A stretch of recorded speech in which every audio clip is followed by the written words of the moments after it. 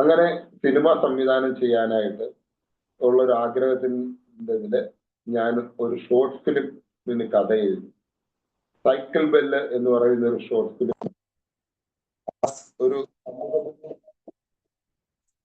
സമൂഹത്തിന് വലിയൊരു സന്ദേശം കൈമാറുന്ന ഒരു ഷോർട്ട് ഫിലിം ആയിരുന്നു അത്. അങ്ങനെ ആ ഷോർട്ട് ഫിലിമിനെ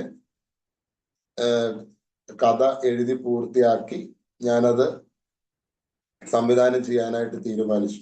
സിനിമയെക്കുറിച്ച് അഭിനയിച്ച് നടന്നു എന്നുള്ളതല്ലാതെ വലിയ അറിവോ കാര്യങ്ങളോ ഒന്നുമില്ല. പക്ഷെ കഥ എഴുതാനുള്ള ഒരു കഴിവ് ഉണ്ടെന്ന് സ്വയം മനസ്സിലാക്കി മനോഹരമായ ഒരു കഥ എഴുതി ആ കഥ കൊണ്ട് ഒരു ഷോർട്ട് ഫിലിം വിപിൻ ചേട്ടൻ എഴുതിയുണ്ടാക്കി. അത് ഷൂട്ട് ചെയ്യാൻ ഒരുപാട് കടമ്പകൾ കടക്കണം. നിങ്ങൾക്ക് ഇപ്പൊ അറിയാൻ പറ്റുമായിരിക്കും, നിങ്ങളുടെ മുന്നിൽ വീഡിയോ മൊബൈലിൽ കാണുമ്പോൾ എത്രയോ കഷ്ടപ്പാടുകൾ സഹിച്ചിട്ടാണ് നമ്മളത് ഉണ്ടാക്കിയെടുക്കുന്നത്, അല്ലെ? അപ്പൊ അങ്ങനെ കഷ്ടപ്പെട്ട് വിപിൻ ചേട്ടൻ ആ ഒരു സ്വപ്നം നേടിയെടുക്കാൻ വേണ്ടി ശ്രമിച്ചു. അങ്ങനെ അത് വിജയകരമായി. ഏകദേശം ഒരാഴ്ച കൊണ്ട് 30,000-ഓളം ആളുകൾ ആ ഷോർട്ട് ഫിലിം കണ്ട് അത് വൈറലായി.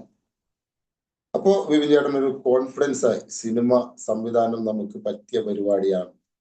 അങ്ങനെ രണ്ടാമത്തെ ഷോർട്ട് ഫിലിം 1 മാസത്തിനകം വീട്ടിലെ ഊണ് എന്ന് പറയുന്ന ഒരു ഷോർട്ട് ഫിലിം വിപിൻ ചേട്ടൻ സംവിധാനം ചെയ്തു.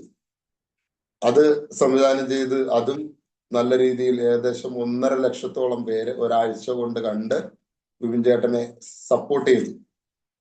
അപ്പോ ഞാനത് മുന്നോട്ട് ഇങ്ങനെ കൊണ്ടുപോയി കഴിഞ്ഞിരിക്കുമ്പോഴാണ് ഇതുകൊണ്ടൊന്നും പോരല്ലോ, നമുക്കൊരു സിനിമയിലേക്ക് പോയാൽ എന്താണെന്നുള്ളതാണ് പിന്നത്തെ ചിന്ത. അങ്ങനെ വിപിൻ ചേട്ടൻ സിനിമ ചെയ്യാനായിട്ട് ഒരു തീരുമാനം എടുക്കുകയാണ്. അങ്ങനെ ഒരു പൈസ മുടക്കാൻ ഒരാളെ കണ്ടെത്തണം, വലിയൊരു തുക വേണം സിനിമ ഉണ്ടാക്കണമെങ്കിൽ. അപ്പോ ഞാൻ അങ്ങനെ ഒരാളെ കണ്ടെത്തി, സംസാരിച്ചു. എന്നോട് പറഞ്ഞു, വിപിൻ ഒരു കഥ എഴുതിക്കോ എന്ന് പറഞ്ഞു. അങ്ങനെ കഥ എഴുതി. ഒരു ഷോർട്ട് ഫിലിമിന് കഥ എഴുതി വെച്ചിരുന്ന കഥ കൊണ്ടുപോയി ഞാൻ ഞങ്ങളുടെ നിർമ്മാതാവിനെ കാണിക്കുമ്പോൾ ഇതൊരു ഷോർട്ട് ഫിലിം അല്ല, ഇതൊരു സിനിമയാക്കണം എന്ന് പറഞ്ഞു. കാരണം വിപിൻ ചേട്ടന്റെ ജീവിതമായിരുന്നു ആ ഷോർട്ട് ഫിലിമിന്റെ കഥ. അപ്പൊ പറഞ്ഞു, ഇത് നമുക്കൊരു സിനിമയാക്കണം.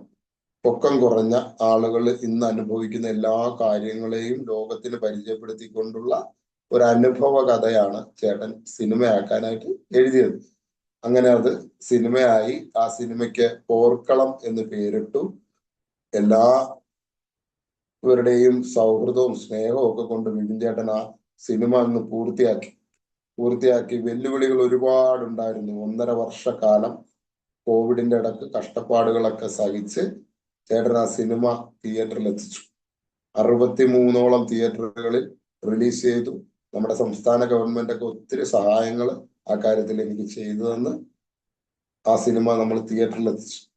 ഇതെല്ലാം വിപിൻ ചേട്ടന്റെ നേട്ടങ്ങളെ കുറിച്ചാണ് പറയുന്നത്. ഇതിനകത്ത് വിപിൻ ചേട്ടൻ കടന്നു വന്ന ഒരുപാട് വേദനിപ്പിക്കുന്ന അനുഭവങ്ങളുണ്ട്. അത് നമ്മളെല്ലാം കടന്നു പോരുന്ന അനുഭവങ്ങൾ തന്നെയാണ്. പക്ഷെ വിപിൻ ചേട്ടന് നിങ്ങളൊക്കെ അനുഭവിക്കുന്നതിനേക്കാൾ കുറച്ചുകൂടി കൂടുതൽ ബുദ്ധിമുട്ടേണ്ടി വരുന്ന ഒരു സാഹചര്യമുണ്ട്. ഇപ്പൊ പൊക്കക്കുറവായതുകൊണ്ട് കൂടുതൽ ദൂരം നടക്കാൻ പ്രയാസമുണ്ട്, അല്ലെങ്കിൽ ഒരുപാട് ദൂരം പിന്നിടാൻ പ്രയാസമുണ്ട്. പക്ഷെ ഇതിനെല്ലാം വിപിൻ ചേട്ടൻ മറികടക്കുന്നത് കൂടുതൽ കഷ്ടപ്പെട്ടിട്ടാണ്. അതായത് ഒരുപാട് കഷ്ടപ്പെട്ട് കഴിഞ്ഞാൽ നമുക്ക് ഇത് നമ്മുടെ പ്രശ്നങ്ങളെയൊക്കെ പരിഹരിക്കാൻ കഴിയും എന്നുള്ളത് കൊണ്ട് നമ്മൾ അതിനു വേണ്ടിയിട്ട് ഒരുപാട് കഷ്ടപ്പാടുകൾ സഹിക്കേണ്ടി വരും. അങ്ങനെ ഇരിക്കുമ്പോൾ അച്ഛൻ ഒരു സൈക്കിൾ എനിക്ക് മേടിച്ചു തന്നു. നിങ്ങളൊക്കെ കാണുന്ന കൊച്ചു സൈക്കിൾ. ആ സൈക്കിൾ നിങ്ങൾ 1 കിലോമീറ്റർ 10 മിനിറ്റ് കൊണ്ട് ചവിട്ടുമ്പോൾ വിപിൻ ചേട്ടൻ ചിലപ്പോൾ ഒരു 12-13 മിനിറ്റ് കൊണ്ട് ചിലപ്പോൾ ആ ദൂരം പിന്നിടാൻ കഴിയുള്ളൂ. പക്ഷെ ഒരു സൈക്കിള് വിപിൻ ചേട്ടന്റെ ജീവിതത്തിലേക്ക് വന്നത് വിപിൻ ചേട്ടന് യാത്ര ചെയ്യുന്ന കാര്യങ്ങൾക്കൊക്കെ ഒരു സൗകര്യമായി മാറി. ആ സൈക്കിൾ 8ാം ക്ലാസ്സിൽ വെച്ചാണ് വിപിൻ ചേട്ടന്റെ അച്ഛൻ എനിക്ക് വാങ്ങിച്ചു തരുന്നത്. അപ്പോ സൈക്കിൾ വന്നതോടുകൂടി എന്റെ ദൂരം കുറഞ്ഞു, എന്റെ ലക്ഷ്യത്തിലേക്കുള്ള യാത്ര സുഗമമായി, ഓരോ കാര്യങ്ങൾ മുന്നോട്ട് പോയി. അങ്ങനെ നിൽക്കുമ്പോ എല്ലാവരും ഞങ്ങളുടെ വീടിനടുത്തൊരു ജിമ്മുണ്ട്. ജിമ്മ് ശരീരം ആരോഗ്യമുള്ളതാക്കണം വേണ്ടിയിട്ട് എല്ലാവരും പോകുമ്പോൾ വിപിൻ ചേട്ടനെ പോലെ ഒരാളെ കൊണ്ട് ഇങ്ങനെയുള്ള കാര്യങ്ങളൊക്കെ നേടാൻ പറ്റുമോ എന്നുള്ളത് കൊണ്ട് ഒരു ബുദ്ധിമുട്ടൊക്കെ തോന്നിയപ്പോൾ വിപിൻ ചേട്ടൻ എന്ത് ചെയ്തു? ജിമ്മിൽ പോകാൻ വേണ്ടിയിട്ട് തയ്യാറായി.